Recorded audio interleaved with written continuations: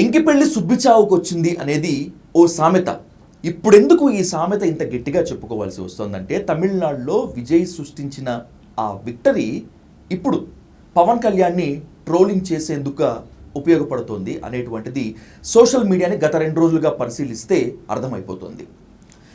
తమిళనాడులో విజయ్ గెలుపుకు వైసీపీ అత్యంత కీలకమని భావిస్తున్న ఈ తరుణంలో కాలర్ ఎగరేయటం మాత్రమే కాకుండా పవన్ కళ్యాణ్ని ట్రోల్గా చేస్తోంది వైసీపీ సోషల్ మీడియా. అసలు ఎందుకు పవన్ను టార్గెట్ చేసుకుంటున్నారు అనేటువంటిదే అసలు ప్రశ్న. ఈ అంశంపై ఇన్ డీటెయిల్గా ఇన్ డెప్త్గా డిస్కస్ చేద్దాం senior journalist, political analyst Lalit Kumar గారితో. లలిత్ గారు నమస్తే. నమస్తే సార్. పార్టీ పెట్టిన దగ్గర నుంచి మీరు పొత్తులతోనే వెళ్ళారు, ఆ పార్టీల కాళ్ళు పట్టుకున్నారు, ఒక సిద్ధాంతం లేదు, ఒక మాట మీద నిలకడ లేదు, ముక్కి మూలిగి కూటమి మీకు దయతలిస్తే 21 సీట్లలో పోటీ చేశారు, ఇదేనా మీ హీరోయిజం అని వైసీపీ పవన్ కళ్యాణ్ను, జనసేనను టార్గెట్ చేస్తుంది. విజయ్ గెలిచిన నాటి నుంచి విజయ్ని చూసి సిగ్గు తెచ్చుకోండి అని చెప్పి డైరెక్ట్గానే అంటోంది. ఎందుకు పవన్ కళ్యాణ్ టార్గెట్ చేస్తున్నారు అంటే, ఒక రకంగా చెప్పాలంటే వైసీపీ పవన్ కళ్యాణ్ని ఇండైరెక్ట్గా విజయ్ ఎవరి సంకన నాకలేదు అనేసి డైరెక్ట్గానే ఏమి ఒంటరిగా పోటీ చేసి గెలిచాడు, నువ్వు పొత్తులకే వెతుకులాడుతున్నావు, పార్టీ పెట్టి 14 సంవత్సరాలు అవుతున్నా కూడా అనేసి వైసీపీ చేస్తూ ఉంది. ఎందుకంటే వైసీపీ ముందున్న బాధ ఏంటంటే, కూటమి నుంచి పవన్ కళ్యాణ్ని విడదీయాలి. అదొకటి వాళ్లకు. పవన్ కళ్యాణ్ని కూటమి నుంచి విడదీస్తే మనం ఈజీగా ఆంధ్రప్రదేశ్లో గెలవచ్చు అనేది వైసీపీ గతంలో నుంచి చేసేది అదే.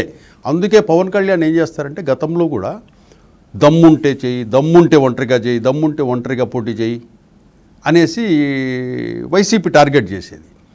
కానీ పవన్ కళ్యాణ్ ఏంటంటే, తన శక్తి సామర్థ్యాలు తనకు తెలుసు కాబట్టి నేను ఒంటరిగా చేస్తే కనుక అది వైసీపీకి బెనిఫిట్ అవుతుందనే ఉద్దేశంతో ఆ రోజు చంద్రబాబు నాయుడు జైలుకు వెళ్ళిన సందర్భంలో అప్పుడు ఆ పరిస్థితులు అప్పుడు అనుకూలించాయి. అప్పుడు వీళ్ళు ప్రకటించాల్సి వచ్చింది.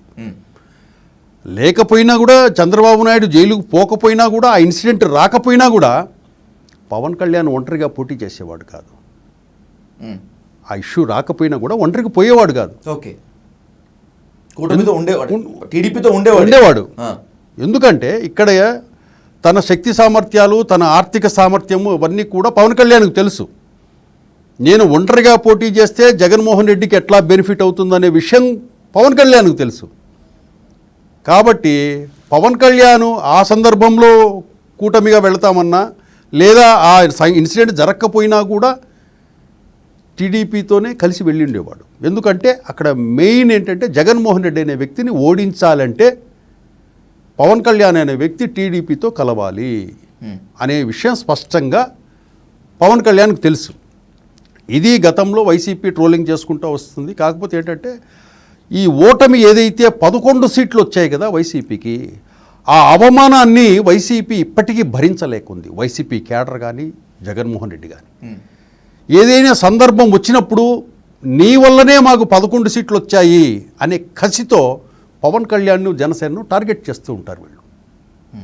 నీ వల్లనే, నువ్వు కూటమితో జత కట్టడం వల్లనే మాకు 11 సీట్లు వచ్చాయి అనే భావనలో వైసీపీ పార్టీ ఉంది. కాబట్టి ఏ ఇన్సిడెంట్ జరిగినా దాన్ని ఇమ్మీడియట్గా పవన్ కళ్యాణ్కు, జనసేనకు ఆపాదిస్తూ వాళ్ళల్లో ఉన్న ఆక్రోశాన్ని, ఆ ద్వేషాన్ని బండ బూతులతో టార్గెట్ చేసి వాళ్ళ సోషల్ మీడియాలో అవమానకర రీతిలో పవన్ కళ్యాణ్ను టార్గెట్ చేస్తారు. అదేవిధంగా ఎవరైతే తమిళనాడులో విజయ్ ఒక సినిమా ఫీల్డ్ నుంచి వచ్చి డైరెక్ట్గా ఒంటరిగా పోటీ చేసి సక్సెస్ సాధించాడో, ఆ సినిమా హీరో కాబట్టి ఇప్పుడు పవన్ కళ్యాణ్ టార్గెట్ చేస్తున్నాడు. ఎందుకంటే పవన్ కళ్యాణ్ కూడా ఒక సినిమా హీరో. రాబోయే రోజుల్లో ఎలా అవుతుందంటే, రాజకీయాల్లోకి రావాలి, రాజకీయాల్లోకి సక్సెస్ కావాలి అని ఎవరైనా భావిస్తే వాళ్ళు ముందుగా సినిమా ఫీల్డ్లో ఎంటర్ అవుతారు. సినిమా ఫీల్డ్లో ఎంటర్ అయ్యి ఇక్కడ హీరోగా సక్సెస్ అయ్యి తర్వాత రాజకీయాల్లోకి వచ్చే పరిస్థితులు రాబోయే రోజుల్లో ఉంటాయి. ఇప్పుడు డైరెక్ట్గా రాజకీయాల్లోకి రావాలంటే కనుక చరిష్మా, అభిమానులను క్రియేట్ చేసుకోవటం కానీ, ప్రజల మద్దతు కూడగట్టుకోవటం కానీ ప్రజల్ని మెప్పించడం కానీ ఇవన్నీ చేయాలంటే డైరెక్ట్ పాలిటిక్స్లోకి ఎంటర్ అయితే వీళ్ళు అయ్యే పరిస్థితులు కనపట్టాల. ఎందుకంటే ఇప్పుడు సినిమా హీరోలు ఎలా సక్సెస్ అవుతున్నారో చూసాం గతంలో. ఎన్టీ రామారావు దగ్గర నుంచి, ఎంజీఆర్ దగ్గర నుంచి, కరుణానిధి కూడా సినీ ఫీల్డ్కి సంబంధించిన వాడే. వీళ్ళందరూ కూడా సినీ ఫీల్డ్ నుంచి వచ్చి సక్సెస్ అయిన వాళ్ళు. పవన్ కళ్యాణ్ అండ్ విజయ్ కూడా ఇప్పుడు రాజకీయాల్లోకి వచ్చి సక్సెస్ కావాలనుకున్న వాళ్ళు ఏం చేస్తారంటే ముందుగా సినిమాలలో సినిమా హీరోగాను ఏదో చేరిపోతారు. అంటే ప్రజల్ని ఈజీగా యాక్సెస్ చేయాలంటే ఇదొకటి మెయిన్ సాధనం మీడియా, సినిమా. అది అందరికీ సాధ్యం కూడా కావచ్చు. చిరంజీవి సక్సెస్ కాలేకపోయారు, తమిళనాడులో విజయకాంత్ సక్సెస్ కాలేకపోయారు, చాలామంది కూడా కాలేకపోయారు కదా. బట్ అయినా కూడా వాళ్ళు సినిమా రంగాన్ని ఎంచుకుంటారా? ఒకటి ఇక్కడ సక్సెస్ అనేది చిరంజీవి గారికి వచ్చింది. సక్సెస్ అని అప్పటికి అంటే ఇమ్మీడియట్గా డైరెక్ట్గా ముఖ్యమంత్రి అయితేనే సక్సెస్ అని మనం అనుకోని వస్తున్నాం. చిరంజీవికి దాదాపు 18 సీట్లు వచ్చాయి కదా. అదే చిరంజీవి ఒక్క 5 ఏళ్ళు ఓపిక పట్టుంటే ఈరోజు సీఎంగా అయి ఉండేవాడు. కానీ దాన్ని సద్వినియోగం చేసుకోవాలి. అంటే అంత ఓపిక చూడలేదు. అంటే నాకు సూటబుల్ కాదనుకున్నాడు చిరంజీవి, బయటకు వచ్చేసాడు. కానీ ఇదే పవన్ కళ్యాణ్ పెట్టాడు, వాళ్ళ తమ్ముడే కదా పెట్టింది. 10 సంవత్సరాల పాటు పోరాడా, 21 సక్సెస్ అయ్యాడు. ఏదో పొత్తుతో కానీ ఏదైనా కూడా ఆయనకి ఎన్ని ఎమ్మెల్యే సీట్లు ఇచ్చారో అన్నీ సక్సెస్ అయ్యాడు. అంటే సక్సెస్ రేటు ఎక్కువ అని మనం చెప్పాలి. ఇటీవల కాలంలో గత 15-20 సంవత్సరాల నుంచి మనం వేసుకున్నా కూడా సక్సెస్ రేట్ సినిమా ఫీల్డ్ నుంచి వచ్చిన వాళ్ళే పొలిటికల్లో సక్సెస్ అవుతున్నారు. ఇప్పుడు రేపు రాజకీయాల్లోకి ఎవడన్నా రావాలంటే కనుక వాళ్ళు ముందుగా సినిమాల్లోకి ఎంటర్ అవుతారు. ఎంటర్ అయ్యేసి, ఎందుకంటే ప్రజలను మెప్పించాలా, ప్రజల్లో అభిమానం క్రియేట్ చేసుకోవాలి, ఒక చరిష్మా మనం తెచ్చుకోవాలంటే కనుక సినిమా అనేది ఒక మెయిన్ సాధనం. ఇప్పుడు రాబోయే రోజుల్లో కూడా ఇప్పుడున్న హీరోలు కూడా రేపు పార్టీలు పెట్టి రాజకీయాల్లోకి వచ్చిన ఆశ్చర్యపోవసరం లేదు. 2029కి ఎవరైనా సినిమా హీరో రాజకీయ పార్టీ ఇప్పుడు పెట్టేసి ఇమ్మీడియట్గా పాలిటిక్స్లోకి వచ్చినా కూడా ఆశ్చర్యపోనవసరం లేదు. అంటే ఇక్కడ ప్రజలకి ఏంటంటే కనుక ఆ హీరో ఈజీగా తన నటనతోనూ డ్యాన్స్తోనూ ఏదో అభిమానులు పెంచుకోవటము, దాని తర్వాత కులము ఇవన్నీ కలిసి వస్తాయి. రాజకీయ పార్టీ పెడుతున్నామంటేనే కులం వచ్చేస్తుంది. అవును. ఆ కులము ఇవన్నీ ఈక్వేషన్స్ కలుసుకున్న తర్వాత ఈ సినిమా హీరోలే రాబోయే రోజుల్లో ముఖ్యమంత్రులు, రాష్ట్రాలకు ముఖ్యమంత్రులు అయినా కూడా ఆశ్చర్యపోనవసరం లేదు. ఏది మన తెలుగు స్టేట్స్లో ఆ విధంగా ఉంది పరిస్థితి. కాబట్టి ఇక్కడ ఏంటంటే వైసీపీ పవన్ కళ్యాణ్ని టార్గెట్ చేయడం పెద్ద ఆశ్చర్యమైన విషయమేం కాదు. ఇంకొక విషయం ఏంటంటే ఈ వైసీపీకి సంబంధించి విజయ్కి పెద్ద సంబంధాలు లేవు. వైసీపీకి సంబంధించి స్టాలిన్ వాళ్ళకే ఎక్కువ సంబంధాలు. ఓకే. గతంలో కరుణానిధి ఉన్నప్పటి నుంచి జగన్మోహన్ రెడ్డికి సంబంధించిన వాళ్ళ బంధువులకు సంబంధించిన వ్యాపారాలు ఇవన్నీ కూడా వాళ్ళతోనే అవినాభావ సంబంధం. బాగా విజయ్తో అంత అవినాభావ సంబంధాలు లేవు. ఒక ఫంక్షన్లో కలిశారు అంతే. కాకపోతే వైసీపీ వాళ్ళు ఏం చేస్తున్నారంటే ఆ వీడియో క్లిప్స్, ఆ ఫంక్షన్స్లో కలిసిన వీడియో క్లిప్స్ ఇవన్నీ కూడా అవి రన్ చేస్తూ మా జగన్మోహన్ రెడ్డికి విజయ్కు చాలా సన్నిహిత క్లోజ్ వీళ్ళిద్దరూ, జగన్మోహన్ రెడ్డి ఫోటో చూపించేస్తే గెలిచిపోయాడని కూడా ప్రచారం చేస్తున్నారు. ఒక అభిమాని ఏం చేశాడంటే ప్రచారంలో జగన్మోహన్ రెడ్డి విజయ్ కలిసి ఉన్న ఫోటోను ఇవ్వటము, ఆ సందర్భంలో ఎవరున్నా కూడా ఏం చేస్తే ఏ అవకాశాన్ని వదిలిపెట్టరు రాజకీయ నాయకుడు. ఆ ఫోటోని తీసుకొని విజయ్ ఏం చేశాడు, జస్ట్ అట్లా చూపించేసి ఇచ్చేసాడు. దాన్ని ఇప్పుడు ప్లే చేస్తూ జగన్మోహన్ రెడ్డి ఒక్క ఫోటో చూపించాడు అంతే, గెలిచిపోయాడు, జగన్మోహన్ రెడ్డి వల్లే విజయ్ గెలిచాడు అని ప్రచారం కూడా చేస్తున్నారు వైసీపీ వాళ్ళు. ఇంకొంతమంది వైసీపీ వాళ్ళు ఏం చేస్తారంటే కేకులు కూడా కట్ చేశారు. జగన్మోహన్ రెడ్డి అండ్ హీరో విజయ్కి సంబంధించిన ఫోటోలు పెట్టి కేకులు కట్ చేసేసి వాళ్ళు క్లెయిమ్ చేసుకున్నారు. అట్లా ఈ ప్రచారం అనేది వైసీపీ ఎక్కువ క్లెయిమ్ చేసుకునేది. మా వల్లే గెలిచాడు, మా ఫోటో వల్లే విజయ్ గెలిచాడని చెప్పే ప్రయత్నం చేసింది. దాంతోపాటు సినిమా వాడు కాబట్టి అతను సక్సెస్ అయ్యాడు, నువ్వు కాలేకపోయావు, నువ్వు ఎవరిదో సంకనాకితే కానీ నువ్వు బతకలేని పరిస్థితి అని చెప్పేసి పవన్ కళ్యాణ్ టార్గెట్ చేస్తూ నిన్నటి నుంచి కూడా దారుణమైన ట్రోలింగ్ నడిచింది. ఈ విషయము కూడా జన సైనికుల్లో కొంచెం కదలిక తీసుకొచ్చింది. ఓకే. పవన్ కళ్యాణ్ నెగ్లిజెన్సీ, పార్టీని పట్టించుకుపోవటము, పార్టీ నిర్మాణం మీద దృష్టి పెట్టకపోవటము, ఆంధ్రప్రదేశ్ను వదిలిపెట్టి ఎక్కడికెక్కడికో వెళ్ళి తమిళనాడు, కేరళ అని చెప్పేసి అక్కడ పార్టీలో చేరుతున్నారని కండువాలు వేయించుకోవటము, ఇవన్నీ చూసిన తర్వాత ఇప్పటికే జన సైనికులు రగిలిపోతూ ఉన్నారు. ఎప్పుడైతే ఈ విజయ్ రిజల్ట్స్ వచ్చిందో ఒక్కసారిగా పవన్ కళ్యాణ్ మీద కూడా ఒత్తిడి పెరిగింది. ఇప్పటి వరకు పవన్ కళ్యాణ్ ఏం చెప్తున్నాడు, కూటమిలో ఏదైనా ఉంటే సర్దుకుపోండి అంటున్నాడే తప్పితే ఇదే మాట చంద్రబాబు నాయుడు చెప్తున్నాడా టీడీపీ క్యాడర్కి? కూటమిలో మనము ఉన్నాము, ఏదైనా ఇష్యూస్ జన సైనికులతో ఏదైనా ఇష్యూస్ వస్తే సర్దుకుపోండి అని చెప్తున్నాడా? చెప్పడం లేదు కదా. ఇదే పవన్ కళ్యాణ్ పెద్దన్న పాత్ర పోషించండి అన్నారు. ఎవరిని? కాపుల్ని. ఇదే కాపులు కూటమి అధికారంలోకి వచ్చిన తర్వాత బొచ్చ పట్టుకొని తిరిగే పరిస్థితి ఉంది నియోజకవర్గాల్లో. పెద్దన్న పాత్ర కాదు, ఇప్పుడు వాళ్ళు బొచ్చ పాత్రలు పట్టుకొని తిరిగే పరిస్థితి ఉంది. నువ్వేమైనా పట్టించుకుంటున్నావా? పట్టించుకోవటంలా. జన సైనికుల పరిస్థితి ఎందుకంటే నీచంగా ఉంది ఆంధ్రప్రదేశ్లో. మీరు పట్టించుకుంటున్నారా? జన సైనికులను వదిలేశారు. మీ పార్టీలో ఏం జరుగుతుందో మీకు తెలియదు. ఇంకో ముఖ్య విషయం ఏంటంటే జనసేన పార్టీ కాపుల పార్టీ అంటారు, కానీ దాన్ని మెయింటైన్ చేసేది కమ్మ సామాజిక వర్గానికి చెందిన వాళ్ళు. ఒకవైపు నంబర్ 2 నాదెండ్ల మనోహరు, ప్రధాన కార్యదర్శి తాళ్ళూరు రాము, అండ్ మొన్న టికెట్లు పంపిణీకి ఒక ఆయన ఉన్నాడు. ఈ వీళ్ళంతా ఎవరు? కమ్యూనిటీకి సంబంధించిన వాళ్ళు. మీ పార్టీలో రాజకీయ అనుభవం కలిగి ఒక కాపు, ఒక బీసీ, ఒక ఎస్సీ, ఒక ఎస్టీ నంబర్ 2, 3 స్థానాల్లో ఉన్నారా? పవన్ కళ్యాణ్ సమాధానం చెప్పాలి దీనికి.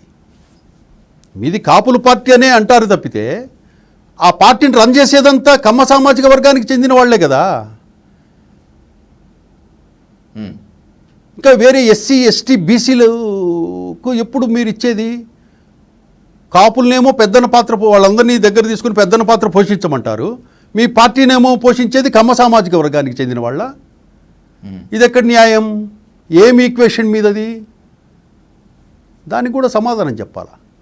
ఈరోజు పార్టీని పట్టించుకునే పరిస్థితుల్లో పవన్ కళ్యాణ్ లేడు. నిన్నటి నుంచి జన సైనికుల్లో కాపు సామాజిక వర్గంలో రగిలిపోయి ఒక్కసారి గళం ఇప్పారంతా. జనసేన కూడా నిన్న కొంచెం కదలికి వచ్చి అసలు ఏం జరుగుతుంది, మనకేదో డ్యామేజ్ జరిగిపోతుంది అని చెప్పేసి కొంచెం నిన్నటి నుంచి చర్చలు ప్రారంభించారు. ఏమని చర్చలు ప్రారంభించారు? మనం టీడీపీతో సలాం కొడుతూ గులాం కొడుతూ పడితే జనసేనకు మనకు విలువ ఉండదు. టీడీపీని మనం మన స్థాయిలో ఏదైనా ఉండదు, శుతిమెత్తగా కూడా టీడీపీని కౌంటర్ ఇవ్వాలి. నీకు ఐడెంటిటీ ఉండాలంటే నువ్వు అవతల వ్యక్తిని కౌంటర్ ఇస్తూ ఉండాలి కదా. అవును. సర్దుకుపో అంటావు. అసలు వాళ్ళు రానిస్తే కదా సర్దుకుపోవడానికి. ఇప్పుడు ఒక వేదిక మీద కూర్చోవడానికి నన్ను వేదిక ఎక్కనిస్తే కదా జన సైనికుల్ని సర్దుకుపోవడానికి. వేదికనే ఎక్కించడం లేదు. పోనీ పవన్ కళ్యాణ్ చెప్పుకుందామంటే పవన్ కళ్యాణ్ దొరకడు. ఈ గవర్నమెంట్ నాది కాదు, నా శాఖలు నావే అనే రీతిలో పవన్ కళ్యాణ్ వ్యవహరిస్తూ ఉంటాడు. ఆ పార్టీ ఎవరో చూసుకుంటుంటారు. ఆ పార్టీకి తాళం కూడా తీరు. ఆ పార్టీ లోపలికి వెళ్ళడానికి కూడా వీలు ఉండదు కార్యకర్తలకి.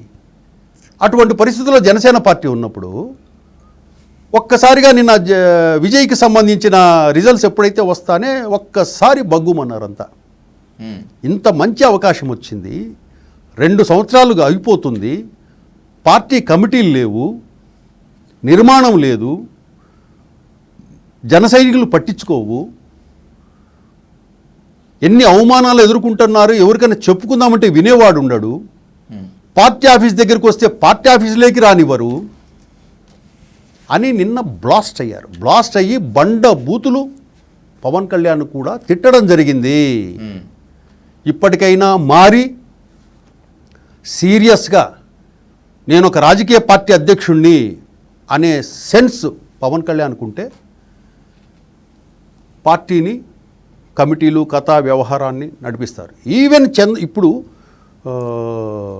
చంద్రబాబు నాయుడు గారు ఉన్నారు. చంద్రబాబు నాయుడు గారు ఉదయం లేచినప్పటి నుంచి రాత్రి 10-11 గంటల వరకు పనిచేస్తూ ఉంటారు. పార్టీ వ్యవహారాలు చూస్తూ ఉంటారు, ప్రభుత్వ కార్యక్రమాలు చూస్తుంటారు, అధికారులతో సమీక్షలు చూస్తుంటారు. ఎవ్రీడే బిజీగా ఆయన పని ఆయన చేస్తుంటాడు. పవన్ కళ్యాణ్ ఏం చేస్తుంటాడండి? లోకేష్ ఉదయం లేచినప్పుడు ఏం చేస్తారు? కార్యకర్తలు, అధికారులు, ప్రజలు, ఈ 3 యాక్టివిటీ షెడ్యూల్ ఉంటుంది రోజువారీ. పవన్కి ఏ షెడ్యూల్ ఉంటుందో చెప్పమనండి. పవన్ చేసిందే మనం చూడాలి. ఆయనకి ఇష్టం వచ్చినప్పుడు ఏదైతే కార్యక్రమం ఉంటుందో అది చేస్తే అది మనం చూడాలి. ఆ జనసేన పార్టీ కంటూ ఒక మీడియా వింగ్ ఉండదు. ఎందుకు జనసేనలో ఉన్న చాలామంది డిప్యూటీ సీఎంగా అహోరాత్రులు శ్రమిస్తున్నారు. ఆయన ఏజెన్సీ ప్రాంతాలపై ఎక్కువ ఫోకస్ పెడుతున్నారు. ఎక్కడ సమస్య ఉంటే అక్కడ ఆయన సమీక్షలు పెడుతున్నారు, వాలిపోతున్నారని చెప్పి అంటున్నారు. సమీక్షలు అవి కాదు, నువ్వు నీ మంత్రిత్వ శాఖలే కాదు, నువ్వు పార్టీ చూసుకోవాలన్నా, పార్టీ అధినేతగా పార్టీ చూసుకోవాలి, పార్టీ కార్యకర్తలతో మాట్లాడాలి. నువ్వు వీడియో కాన్ఫరెన్స్లు ఎన్ని పెడుతున్నావు రోజు? ఫోన్ కాన్ఫరెన్స్లతో ఎంతమందితో మాట్లాడుతున్నావు? నియోజకవర్గ నాయకులతో ఎంతమందితో మాట్లాడుతున్నావు? ఇన్ఛార్జీలతో రోజు ఎన్నిసార్లు మాట్లాడుతున్నావు? మంత్రులతో ఫోన్ కాన్ఫరెన్స్లో మీ ఎమ్మెల్యేలతో ఏం మాట్లాడుతున్నావు? మీ మంత్రులతో ఏం మాట్లాడుతున్నావు? ఎక్కడుంది? అదే చంద్రబాబు నాయుడు ఏం చేస్తున్నాడు జనానికి తెలుస్తుంది, లోకేష్ ఏం చేస్తున్నాడు జనానికి తెలుస్తుంది. మీరేం చేస్తున్నారు జనానికి తెలియదు కదా. ఇది ప్రశ్నిస్తున్నారు జన సైనికులు, కాపు సామాజిక వర్గం అంతా కూడా అబ్జర్వ్ చేస్తున్నారు. లాస్ట్ టైం అంటే జగన్మోహన్ రెడ్డి వేధింపులు, అరాచకాలు మీ మీద ఎప్పుడైతే అతను దాడి ప్రారంభించారో ఆ దాడిని అంతా చూసి బాధపడి అందరూ కలిసి కట్టుగా ఇంతవరకు స్వాతంత్రం వచ్చినప్పటి నుంచి ఎప్పుడూ కాపు కమ్యూనిటీ వన్ సైడ్గా చేసిన సందర్భం ఇంతవరకు లేదు. మొన్న కూటమికి చేసింది కాపు కమ్యూనిటీ అంతా. ఎందుకు? జగన్మోహన్ రెడ్డి నిన్ను అవమానిస్తున్నారని, నిన్ను వేధిస్తున్నాడని, చంద్రబాబు నాయుడిని జైల్లో పెట్టారని కొంతమంది, నిన్ను అవమానించి దాడి చేశాడని కొంతమంది, అందరూ కలిసికట్టుగా అసలు కాపు కమ్యూనిటీ వన్ సైడ్గా భేషజాలన్నీ వదిలిపెట్టి కూటమికి సపోర్ట్ చేసి ఓట్లేసి గెలిపించారు. ఈరోజు అదే కాపు కమ్యూనిటీ నువ్వు పట్టించుకో. కాపు కార్పొరేషన్కి ఏదన్నా ఇవ్వండి అయ్యా అని చెప్పి చంద్రబాబును ఒక మాట అడగలేవు. నువ్వేం మీడియా పరంగా అడగనవసరం లేదు, ఇంటర్నల్గా అయినా చెప్పొచ్చు. సార్ మా కాపు కార్పొరేషన్కి ఏదైనా ఫండ్ రిలీజ్ చేయండి సార్ అని అడగచ్చు. అది కూడా అడగవు నువ్వు. కాపులు మాత్రం పెద్దన్న పాత్ర పోషించాలి, రాష్ట్రం కోసం నువ్వు 15 ఏళ్ల పాటు ఉండాలి, నిన్ను నమ్ముకున్నోళ్ళు రోడ్ల మీద బిచ్చమెత్తుకోవాలా? అంతే కదా. 10 ఏళ్ల పాటు నీతో పాటు తిరిగిన జన సైనికులు, వీర మహిళలంతా నువ్వు రాష్ట్రం కోసం చూస్తే 15 ఏళ్ళ నువ్వు అంటున్నావు, వీళ్ళనెవడు పట్టించుకునేది? దీనికి కూడా సమాధానం చెప్పాలి పవన్ కళ్యాణ్. నిన్ను నమ్ముకున్నోళ్ళు ఎవరైతే ఉన్నారో వాళ్ళకి ఏ సమాధానం చెప్తే చెప్పాలి. నువ్వు నీ ఇష్టం వచ్చేట్టు వాళ్ళకి అందుబాటులో లేకుండా మీరు తప్పించుకు తిరుగుతుంటే ఎట్లా? ఇవి ప్రశ్నిస్తూ ఉన్నారు జన సైనికులు. రేపు కొన్ని ఈక్వేషన్స్ మారి కాపుల్లో కనుక చీలికొస్తే గతంలో ఏ విధంగా అయితే చెప్పలేదో అదే మౌనంగా ఉంటారు. రేపు ఎన్నికలకి వాళ్ళు రివర్స్ అయినా పర్లేదు, ఒకవేళ నీకు సపోర్ట్ చేయకుండా మౌనంగా ఉన్నా కూడా ఆశ్చర్యపోనవసరం లేదు. తమిళనాడులో విజయ్ గెలుపు జనసేనలో కాస్త సంచలనం సృష్టించింది, కదలిక తెచ్చింది. సరే, వైసీపీకి ఏమైనా బూస్టింగ్ ఇచ్చిందా? వైసీపీకి ఏంటంటే వైసీపీకి వచ్చే లాభం ఏం లేదు ఇక్కడ. ఏం బెనిఫిట్ ఉంది చెప్పు వైసీపీకి? ఏం బూస్ట్ వచ్చినట్లు? అతనేదో పార్టీ పెట్టుకున్నాడు విజయ్, కష్టపడ్డాడు, వ్యూహాత్మకంగా వెళ్ళాడు, గెలిచాడు. దానివల్ల వైసీపీకి వచ్చింది ఏం లేదు.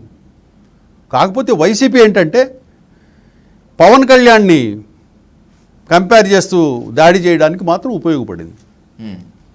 తమిళనాడు రాజకీయాలు వేరు, ఇక్కడ రాజకీయాలు వేరు. తమిళనాడులో ఒక వ్యక్తిని బాగా ఆరాధిస్తారు. అట్లా ఒక మీద అభిమానం అయితే కనుక ఎంతవరకైనా తెగిస్తారు, హార్ట్ఫుల్గా చేస్తారు వాళ్ళు. మన ఆంధ్రప్రదేశ్లో ఎట్లుంటుందంటే కులాల పరంగా, మతాల పరంగా, వ్యక్తుల పరంగా ఉంటుంది. వ్యక్తుల పరంగా ఉంటుంది. ఏదైనా కూడా మీకు సానుభూతిని కూడా ఇమ్మీడియట్గా చూపించేస్తారు. మీకు ఏదైనా కష్టం కలిగినా కూడా మీకు అండగా నిలబడతారు. ఓకే.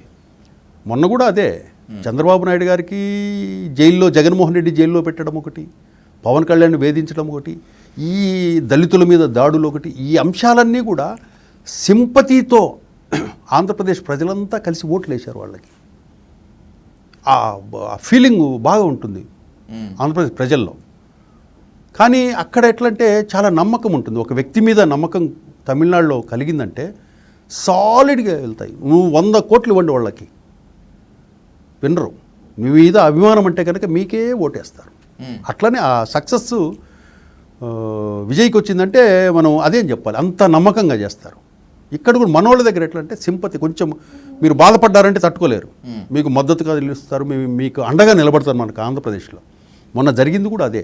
జగన్మోహన్ రెడ్డి అరాచకాలన్నీ చూసి 5 ఏళ్ల పాటు చూసిన ప్రజలంతా ఆ స్థానంలో మీరు ఉన్నా, సాధువు ఉన్నా కూడా సాధువును కూడా సీఎం చేసేవాళ్ళు ఆంధ్రప్రదేశ్ ప్రజలు. అంత హృదయ స్పందన బాగా ఉంటుంది ఆంధ్రప్రదేశ్ ప్రజల్లో. అట్లా సక్సెస్ అయ్యారు. పవన్ కళ్యాణ్ సక్సెస్ అయినందుకే, చంద్రబాబు గారు కూటమి సక్సెస్ అయినందుకే. ఓకే. మన రాజకీయాలు వేరు. అక్కడ కులము మతాలు అన్నీ కూడా కలిసి వచ్చాయి, దాంట్లో అడిషనల్ కలిసి వచ్చాయి. కానీ కేవలం ఏదో మన రాష్ట్రం అంతా కులాలతోనే, కొంతమంది అంటారు ఆంధ్రప్రదేశ్ అంటే కులమే అబ్బా, ఎంతసేపు చూసినా కులాలతోనే ఉంటుందని. తప్పది. కులాలతో అనేది ఒకటి. ఓకే. ఒకవేళ మీకు ఏదైనా ఇబ్బంది, ఎవరైనా ఇబ్బంది కలిగిస్తున్నారు అంటే కనుక, మిమ్మల్ని వేధిస్తున్నారంటే ఇదే ఆంధ్రప్రదేశ్ ప్రజలంతా అండగా నిలబడతారు మీకు. ఓకే. అట్లనే నిలబడింది. మొన్న నిలబడింది పవన్ కళ్యాణ్కు కూటమికి ఆంధ్రప్రదేశ్ ప్రజలంతా ఎందుకు నిలబడ్డారంటే, జగన్మోహన్ రెడ్డి వేధించి మిమ్మల్ని ఎలా రాచి రంపాన పెట్టాడో 5 ఏళ్ళు, దానికి వీళ్ళు బాధపడుతూ మీకు అండగా నిలబడ్డారు. మీకు అందరు ఓట్లేశారు వీళ్ళు. అంతేగాని ఆంధ్రప్రదేశ్ ప్రజల్ని తక్కువ చేయడం కానీ, ఆంధ్రప్రదేశ్ ఏదో కులాల కుంపటని ఎవరైతే మాట్లాడుతుంటారో అది తప్పది. స్పందించడంలో ఆంధ్రప్రదేశ్ ప్రజలు చాలా ముందుంటారు. అది తప్పు జరుగుతుందంటే కనుక గమనిస్తారు. గమనించి నీకు అండగా బహిరంగంగా అండగా నిలబడే వాళ్ళు కొంతమంది అయితే, ఇంటర్నల్గా నీకు అండగా నిలబడే వాళ్ళు చాలామంది ఉంటారు. ప్రజలు అంత చైతన్యవంతులు ఆంధ్రప్రదేశ్ ప్రజలు. అంత ఏం మన ఆంధ్రప్రదేశ్ తక్కువ అంచనా వేసేది, కులాల కుంపటని చెప్పేసి ఎవరో అనుకున్నట్లుగా అంత ఆషామాషిగా ఇక్కడ ప్రజలు ఉండరు. ఆలోచన పరులు, చదువుకున్నోళ్ళు ఆలోచిస్తారు. ఏది మంచి, ఏది చెడు, ఎవడు మంచి చేస్తాడు, ఎవడు చెడు చేస్తాడు అనేది తెలుసుకుంటారు. దానికి తగ్గట్టు శిక్షలు కూడా వేస్తారు. మొన్న జగన్మోహన్ రెడ్డికి వేసిన శిక్ష అదే. చంద్రబాబు మంచి చేస్తాడు అనే చంద్రబాబుని గెలిపించారు. జగన్మోహన్ రెడ్డి చెడు చేశాడు కాబట్టే జగన్మోహన్ రెడ్డి ఓడించారు. అంత ఆషామాషిగా ఉండరు ఆంధ్రప్రదేశ్ ప్రజలు. అంత చదువుకున్నోళ్ళు, విషయ పరిజ్ఞానం బాగా కలిగిన వాళ్ళు, మంచి చెడులు అన్నీ చూసి చేస్తారు. దాంట్లో కులం అనేది ఏదైనా ఉంటే కొంచెం పాజిటివ్గా నీ వైపు మళ్ళేదానికి వీలుంటుంది తప్పితే కంప్లీట్ కులం మీదనే రాజకీయాలు ఆధారపడి లేవు ఆంధ్రప్రదేశ్లో. రైట్ లలిత్ గారు, థ్యాంక్ యూ.